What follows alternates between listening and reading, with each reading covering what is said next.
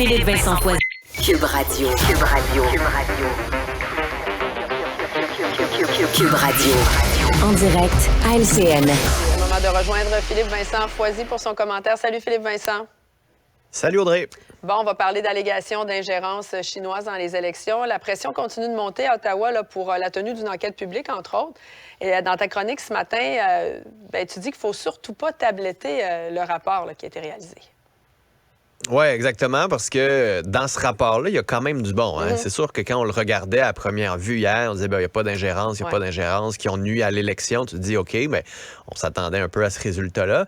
C'est juste qu'en regardant de plus près, tu réalises, OK, il n'y a peut-être pas eu d'ingérence au niveau national qui a modifié le résultat de l'élection en général, mais il y en a eu dans certaines circonscriptions, puis il y en a qu'on ne comprend pas bien. Il y a des relations entre les gouvernements, par exemple chinois, russes et leur diaspora ici, qu'on ne saisit pas bien, qu'on ne maîtrise pas, qu'on ne comprend pas, qu'il faut mieux comprendre. Et aussi, il va peut-être falloir revoir quand il faut informer le public.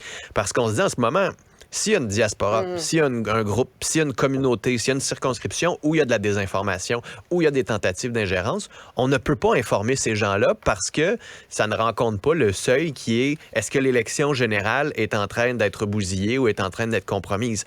Donc, juste en partant, il y a des mesures là-dedans qui pourraient redonner confiance envers la population. On demande aussi de modifier les outils législatifs pour pouvoir suivre cette ingérence-là toute l'année parce qu'elle n'a pas lieu uniquement pendant les élections. L'ingérence chinoise, l'ingérence russe, l'ingérence iranienne, elle a lieu tout le temps. Et là-dessus, il faut travailler là-dessus. Donc, ce rapport-là, oui, je comprends qu'on l'a critiqué. Je comprends que la personne qui a écrit le rapport était aussi à la Fondation Trudeau quand elle a reçu de l'argent d'un milliardaire chinois.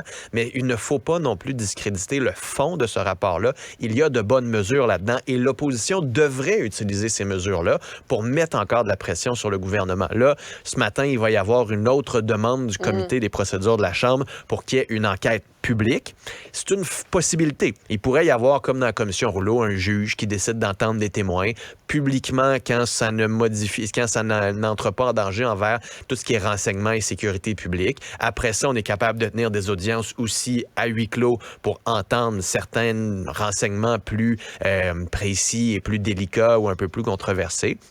Qui est lié à la sécurité. Ça se peut. C'est une façon de faire qui s'opère. Après ça, Justin Trudeau a quand même une autre option, celle de dire, vous voulez pas d'enquête publique, j'en veux pas, c'est trop compliqué, peu importe, il peut trouver toutes les excuses qu'il veut, même si les Canadiens, en ce moment, doutent de son efficacité, de sa capacité de bien lutter contre l'ingérence. Mais il pourrait aussi mettre en place un groupe pour trouver des mesures pour que dans l'avenir, on soit en mesure d'être plus protégé, qu'on s'inspire de l'Australie, qu'on s'inspire de ce qui se fait ailleurs, mais qu'on agisse. Ouais. C'est peut-être la seule porte de sortie que Justin Trudeau a en ce moment s'il refuse toujours une enquête publique. Le problème, Audrey, c'est qu'en ce moment, il fait ni un ni l'autre. Puis comme il fait ni un ni l'autre, bien, ça continue de s'accumuler, cette méfiance-là. Ces préoccupations que les citoyens ont. Puis on le voit dans certains sondages. 70% des Canadiens qui disent le gouvernement, en ce moment, a peur de se tenir debout face à la Chine. 7 sur 10 Canadiens pensent ça du gouvernement. Elle ne regarde pas très bien, là.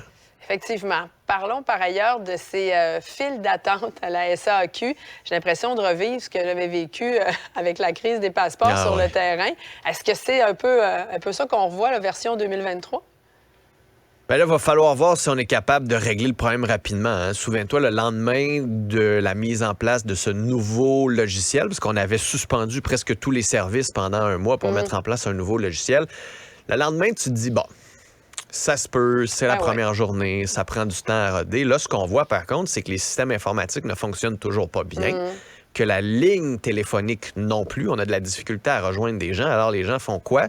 Bien, ils s'en vont faire la file parce qu'ils ont des problèmes. Pas capables d'immatriculer, pas capables de louer des voitures. Certains se sont fait arrêter en disant « Votre permis n'est pas payé. » Non, il est payé. Regardez, mon compte en ligne, ma carte de crédit, je l'ai payé. Oui, mais ça apparaît pas dans nos systèmes. Ah, mais il y a un problème avec la SAQ. Tant pis pour vous, vous avez une contravention. Les gens, là, puis j'entendais le porte-parole de la SAQ hier à Mario Dumont, qui disait, ben là, il y a beaucoup de monde qui vont faire la file, qui devrait plutôt aller en ligne. Oui, mais les gens, là, ils vont pas faire la file parce que ça leur tente. Là. Ils vont pas faire la file parce que c'est une partie de plaisir.